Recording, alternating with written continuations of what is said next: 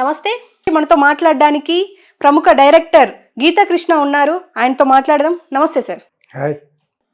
And ఇంకొకటి sir, Pawan Kalyan కుమారుడు అకిరానందన్ని కూడా ఈ మధ్య బయటికి తీసుకొచ్చారు. అంటే గెలవగానే బయటకు వచ్చాడు. అది కూడా ప్రెస్ ముందరికి అంటే అటు చంద్రబాబు నాయుడిని కూడా కలవడానికి వెళ్ళారు. అంటే వారసత్ అంటే అంటే తీసుకొస్తున్నారా బయటికి అని చెప్పేసి కూడా మాట్లాడుతున్నారు. అది నాకు పర్సనల్గా అతను ఫోన్ చేసి చెప్పలేదు, కానీ నాకు రేణు దేశాయ్ కూడా తెలుసు, కావాల్సిన అమ్మాయి కాబట్టి. రేణు దేశాయ్ కొంచెం ఫోర్స్ అయి ఉంటుంది, ఇతను కావాలని రాని అండవు. పవన్ కళ్యాణ్ వరకు అంతవరకు నేను చెప్పగలను. అది మీరు ఇనిషియేషన్ తీసుకుని నేను లాస్ట్ వీడియో చెప్పాను. రేణు దేశాయ్ అప్పుడు కూడా నేనున్నానని ఆ గూట్లో చిలకలగడలా వస్తూ ఉంటుంది కదా మీడియాలోకి, అవి వేస్ట్. వస్తే దమ్ము ఉంటే సరే, పవన్ కళ్యాణ్కి సంబంధం లేకుండా పిఠాపూర్లో చేసి ఉంటే ఓహో ఈ 70,000 బడ్జెట్కి నేను కూడా ఉడత సహాయం చేశాను, రాముల వారు బ్యారేజ్ కట్టినప్పుడు శ్రీలంకకి ఎలా చేస్తే అలా చెప్పుకోవచ్చు. నువ్వు అలా చేయలేదు. ఇప్పుడేంటి, what is Renu Desai minus Pawan Kalyan? She's nothing. She's unsuccessful heroine and by all means. And ఇక్కడ ఫ్యామిలీ కూడా ఇష్టపడని ఒక అమ్మాయి. తర్వాత అమిషా పటేల్ చేసుకుందాం అనుకున్నవాడు ఈ అమ్మాయిని చేసుకున్నాడు, ఆపద్ధర్మంగా అనుకోకుండా చేసుకున్నాడు. ఇన్ని మొన్న ఆల్రెడీ చెప్పాను. ఇప్పుడు ఏంటంటే కొడుకుని కాదు అనుకోడు కదా, మంచి హైట్ అందంగా ఉన్నాడు అబ్బాయి, కొడుకు కూతురుని కాదనుకోడు. తర్వాత ఈవిడికి కూడా నిన్న చూశాను, చిన్న పాప బాబు ఉన్నారు. అది నేను ఇంతవరకు చూడలేదు, చక్కగా ఉన్నారు యాక్చువల్గాను. సో సాధారణంగా సంపదల్లో రకరకాల సంపదలు అట, ఎవరినే సందర్భం చెప్పేస్తాను. సిరి సంపదలు అంటారు కదా, ఒకటి డబ్బు, 2 సంసారం అట.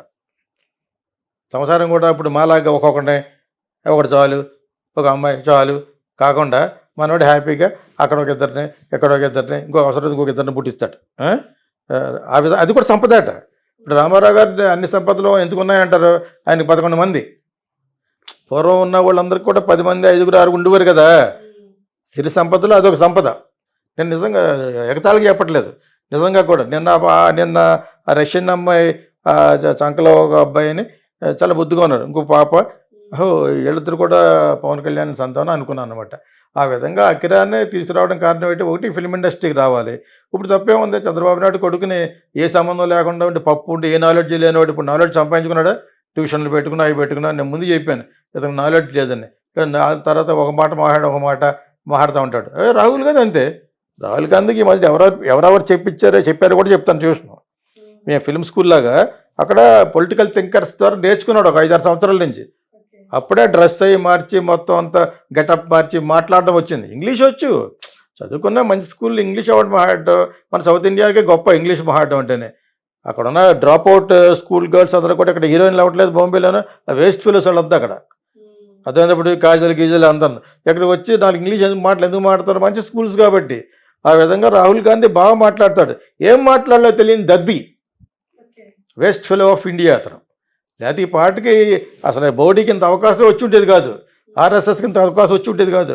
బీజేపీలో నాన్ సెన్స్ ఫెలోస్ ఉన్నారు కొంతమంది, వాళ్ళకి వచ్చేది కాదు. నాన్ సెన్స్ అనేది ప్రూవ్ చేసేటప్పుడు ఇప్పుడు నేర్చుకున్నాడు, వచ్చాడు బయటికి. ఇప్పుడు అకరానందన్ ఎందుకు తీసుకురాడు, ప్రతి ఒక్కరి కొడుకుని తీసుకొస్తాడు, ఇతను తీసుకురాలేదు, అతనే వచ్చాడు. దూరం నిలబడుతున్నాడు కదా, చాలా మర్యాదగా నిలబడుతున్నాడు, నమస్కారం పెడుతున్నాడు. రానా డాడీ అంటే రామన్నాడు, తప్పే ఉంది. అది మామూలుగా పెద్ద పూసుకుని వచ్చేసి ఇలా పట్టుకుని అలా అండవు. That is where you should appreciate him. అతని గురించి బాగా తెలుసు నాకు. అలాగ అన్నల్నే అండవు. చిన్నవాడు కాబట్టి చిరంజీవి గారు ముద్దు పెట్టుకుంటే నాగబాబు ఏదో అక్కడక్కడ వాగినా కూడా ఎందుకు ఊరుకుంటాడు, అన్నాలు కాబట్టి. వాళ్ళు రావడం అతనికి ఇష్టం లేదు. అతని యొక్క వ్యక్తిత్వం చెప్తాను. అతను ఈ 10 సంవత్సరాలు ఓడిపోయి భరించాడు, కానీ వాళ్ళందరూ వచ్చి సపోర్ట్ చేయమని అడగడు. అదేవిధంగా కొడుకుని కూడా నువ్వు వచ్చే నాన్నకి నిలబడే అనే టైప్ కాదు అతను. 150% చెప్పగలను. ఆ అబ్బాయిని రేణు దేశాయ్ వెళ్ళి మీ ఫాదర్ని అంటిపెట్టి కూర్చొని ఉంటుంది, రమ్మంటాడు. రాకపోతే అడగడు. ఎక్కడన్నా చూసారా వాళ్ళు ఇంకా చూసి మాట్లాడడం, నవ్వటం కానీ ఎక్కడా చేయడు. తనలో తనే నవ్వుకుంటాడు. పవన్ కళ్యాణ్కి ఒక 80% he's got a good habits. ఓకేనా. తర్వాత నేర్చుకునే తత్వం కూడా ఉండాలని అప్పుడప్పుడు చెప్తూ ఉండేవాడిని. Because I'm older to him. నా దగ్గరికి వచ్చాడు కాబట్టి అంతకు మించి ఏమి లేదు, ద్వేషం ఏమి లేదు. ప్లస్ ఏమో ఆ తక్కువ సీట్లు ఆడడం అనేది మిగతా సాధారణమైన కాపులాగే నేను కూడా ఫీల్ అయ్యాను. 21 సీట్లతోటి ఎందుకు ఎనఫ్ అన్నావు, వీళ్ళ దాని వెనకాల వీళ్ళకి కుతంత్రం ఉంటుంది. ఇప్పుడు కూడా చెప్తాను నేను రాను గైడ్ చేస్తాను చూడండి. ఈ కుతంత్రం లేదనుకుంటున్నారా? అంతా అందరికీ తెలుసు. కాబట్టి ఈసారి ఊరుకోరు కాపులు. 34% ప్లస్ మిగతా ఇవన్నీ కూడా అందరూ కలిసిపోతారు. వీళ్ళకి సీట్లు ఎక్కువ వచ్చేసినాయి అన్నీ విర్రవీగటం అనేది జరగదు. జరిగితే ఎదుగుట విరుగుట కొరకే అని చెప్పారు మొన్న ఒక దాంట్లో జగన్ గురించి. అలాగే మీరు దెబ్బతింటారు. తర్వాత లోకేష్కి ఫ్యూచర్ ఉండదు. చెప్పిన ప్రామిస్లు అన్నీ చేయాలి. ఓకే. అండ్ ఆల్సో డెఫినెట్గా మీ బొమ్మలు వేసుకోకూడదు. దీని మీద డబ్బులు ఖర్చు అయినా కూడా పబ్లిక్ లిటిగేషన్ చేద్దాం అనుకుంటాను. No Indian politicians should put their photograph on land registration మీద బొమ్మలు కానీ మా ఆస్తుల మీద మీ బొమ్మలు ఏంటి అన్నాను. అదేందా రోడ్డు కడితే నీ వాదో సొమ్మది, హోటల్ పెడితే నీదా? దానికి కూడా క్రిటిసైజ్ చేశారు వీళ్ళు. వీళ్ళు ఎంత ఇదే క్రిటిసైజ్ చేశారో జగన్ వాళ్ళు అంత ఎత్తుకు లెగిసిపోయాడు మన కూటమి. జయము జయము చంద్రన్న అని ఎలకొలం వాడారు అసెంబ్లీలో. నాకు నవ్వు వచ్చింది అది. అరే తందానికి ఉంటారు ఒక కొంత ఆడెవడ ఎన్ఆర్ఐ అన్నట్టు కొంచెం డబ్బులు పాడేస్తే ఓట్లు వేస్తారన్నాడు. ఆ విధంగా డబ్బులు ఇస్తే భజన మేళ ఉంటుంది. మాకు అంతకుముందు ముత్యాల ముగ్గు సినిమా తీశాడు బాబు గారు. అందులో ఎవడన్నా పొగుడుతుంటే రావు గోపాలరావు పక్కన ఇద్దరు భట్టరాజులు ఉంటారనమాట తబలా వేసుకుని. ఈ పొగుడుతున్నాడంటే తెలియాలి కాబట్టి సార్ మీరు చాలా గొప్పవారు సార్ నేను ఎవడన్నా అన్నాడు. ఇంకా ఆయన దగ్గరికి వెళ్ళి ఆగంటారా అంటాడు. అదేందా ఆ టైప్ వాళ్ళు ఎక్కడ అన్ని చోట్ల ఉంటారు. సో ఇప్పుడు ఇప్పుడు వచ్చిన పార్టీ చాలా చాలా జాగ్రత్తగా మెలుగు లేకపోతే జాగ్రత్త ఉండకపోతే మళ్ళీ పడిపోతారు. ఆ పడిపోయే టైంకి చంద్రబాబు నాయుడు గారికి ఓల్డ్ కూడా అయిపోతాడు అప్పటికి. ఇప్పుడు బోర్డుకి జరిగింది అదే. దీపాలు వెలిగించడాలు, చప్పట్లు కొట్టడాలు, ఇవన్నీ జనాలు నమ్మే మహాడితే జయశ్రీమ అంటాం. వీళ్ళేమో జగనాళ్ళు మహాడితే నిమ్మి బిడ్డని, వాళ్ళ అమ్మగారు వచ్చి దేవుడి బిడ్డలు, అక్క వచ్చి చెల్లి వచ్చి దేవుడి బిడ్డలు. ఎవరు బిడ్డ ఎవరికి కావాలి? పరిపాలన బాగుండాలి. ముందు అది పక్కన పెట్టి చిరాకు చెప్తున్నారు కదా ఈ బిడ్డలు గడ్డలు. ఆయన కూడా జై శ్రీరాము మాట్లాడితే స్వామి వివేకానంద. స్వామి వివేకానంద నువ్వు what is he talking Modi? జనాలతో అందరిలోకి once again is become BP. సొంతంగా గవర్నమెంట్ ఫామ్ చేయలేరు ఇప్పుడు వీళ్ళందరూ ఉంటే కానీ. సో ఇదే జరుగుద్ది చంద్రబాబు నాయుడు గారికి జరిగిన, లోకేష్ జరిగిన. Remember this victory is because of Kapus and Pawan Kalyan. జయము జయము చంద్రన్న అని ఎలకొలం వాడారు అసెంబ్లీలో. నాకు నవ్వు వచ్చింది అది.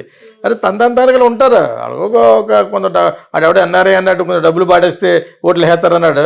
ఆ విధంగా డబ్బులు ఇస్తే భజన మేళ ఉంటుంది. ఆగంటారా అంటాడు.